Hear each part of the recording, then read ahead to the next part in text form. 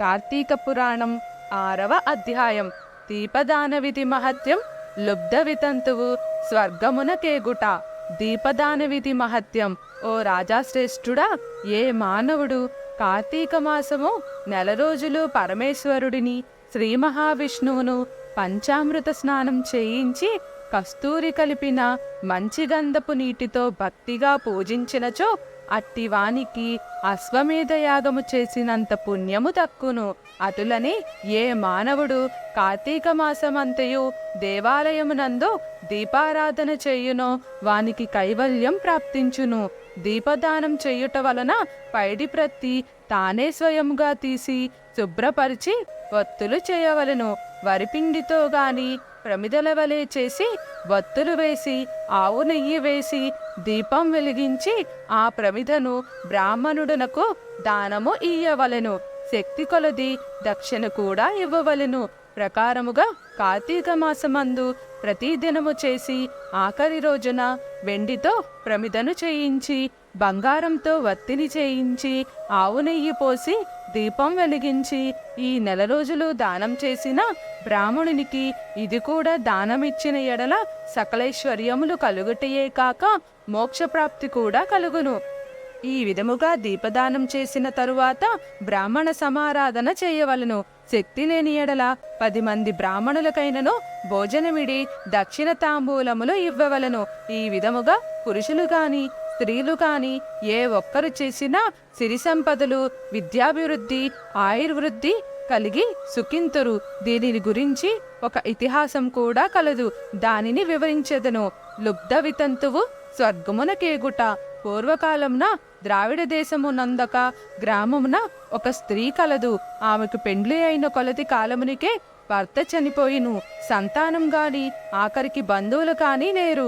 అందుచే ఆమె ఇతరుల ఇండ్లలో దాసి పనిచేయుచు అక్కడే భుజించుచు ఒకవేళ వారి సంతోషం కొలది ఏమైనా వస్తువులు ఇచ్చిన ఎడల ఆ వస్తువులను ఇతరులకు హెచ్చు ధరకు అమ్ముకొనుచు ఆ విధముగా తన వద్ద పోగయిన సొమ్మును వడ్డీలకిచ్చి మరింత డబ్బును కూడబెట్టుకొనుచు దొంగలు దొంగిలించినా కూడా తీసుకువచ్చిన వస్తువులకు తక్కువ ధరకు కొని ఇతరులకు ఎక్కువ ధరకు అమ్ముకొనుచు సొమ్ము కూడబెట్టుకొనుచు ఉండెను.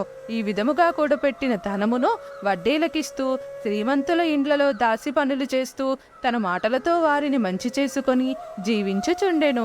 ఎంత సంపాదించినా ఏమి ఆమె ఒక్క దినము కూడా ఉపవాసం కాని దేవుడిని మనసారా ధ్యానించుట కాని చెయ్యలేదు.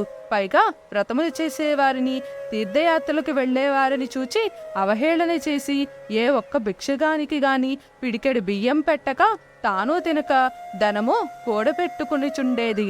అటుల కొంతకాలం జరిగెను. ఒక రోజున ఒక బ్రాహ్మణుడు శ్రీరంగంలోని శ్రీరంగ నాయకులను సేవించుటకు బయలుదేరి మార్గమధ్యమున ఈ స్త్రీ ఉన్న గ్రామమునకు వచ్చి ఆ దినమున అక్కడొక సత్రంలో మజిలీ చేసెను. అతడు గ్రామంలోని మంచి చెడ్డలను తెలుసుకొని ఆ పిసినారి స్త్రీ సంగతి కూడా తెలుసుకొని ఆమె కడికి వెళ్ళి, అమ్మా, నా హితవచనము ఆలకింపుము. నీకు కోపము వచ్చినా సరే నేను చెప్పుచున్న మాటలను ఆలకింపుము. మన శరీరములు శాశ్వతము కావు, నీటి బుడగల వంటివి. ఏ క్షణములో మృత్యువు మనలని తీసుకొని పోవునో ఎవ్వరూ చెప్పలేరు. పంచభూతములు సప్తధాతువులతో నిర్మించబడిన ఈ శరీరంలోని ప్రాణము, జీవము పోగానే చర్మము, మాంసము కుళ్ళి దుర్వాసన కొట్టి అసహ్యముగా తయారగును. అటువంటి ఈ శరీరాన్ని నీవు నిత్యమని భ్రమించుచున్నావు. ఇది అజ్ఞానంతో కూడిన దురాలోచన తల్లి. నీవు బాగా ఆలోచించుకో. అగ్నిని చూసి మిడత దానిని తిందామని భ్రమించి దగ్గరికి వెళ్ళి భస్మమగుచున్నది. అటులనే మానవుడు కూడా ఈ తనువు శాశ్వతమని నమ్మి అంధకారంలో పడి నశించుచున్నాడు. కాని నా మాటలు ఆలకించి నీవు తినక ఇతరులకు పెట్టక అన్యాయంగా ఆర్జించిన ధనము ఇప్పుడైనా పేదలకు దాన ధర్మములు చేసి పుణ్యమును సంపాదించుకొనుము. ప్రతిదినము శ్రీమన్నారాయణుని స్మరించి వ్రతాధికములు చేసి మోక్షమునందును. నీ పాప పరిహారార్థముగా వచ్చే కార్తీక మాసమంతయు ప్రాతకాలంన నదీ స్నానమాచరించి దాన ధర్మములు చేసి బ్రాహ్మణులకు భోజనం పెట్టినచో వచ్చే జన్మలో నీవు పుణ్యవతివే సకల సౌభాగ్యములు పొందగలవు అని ఆదేశం ఇచ్చెను. ఆ వితంతురాలు బ్రాహ్మణుడు చెప్పిన మాటలకు తన్మయురాలై మనస్సు మార్చుకొని నాటి నుండి దాన ధర్మములు చేయుచు కార్తీక మాస వ్రతమాచరించటిచే జన్మరాహిత్యమే మోక్షము పొందినది.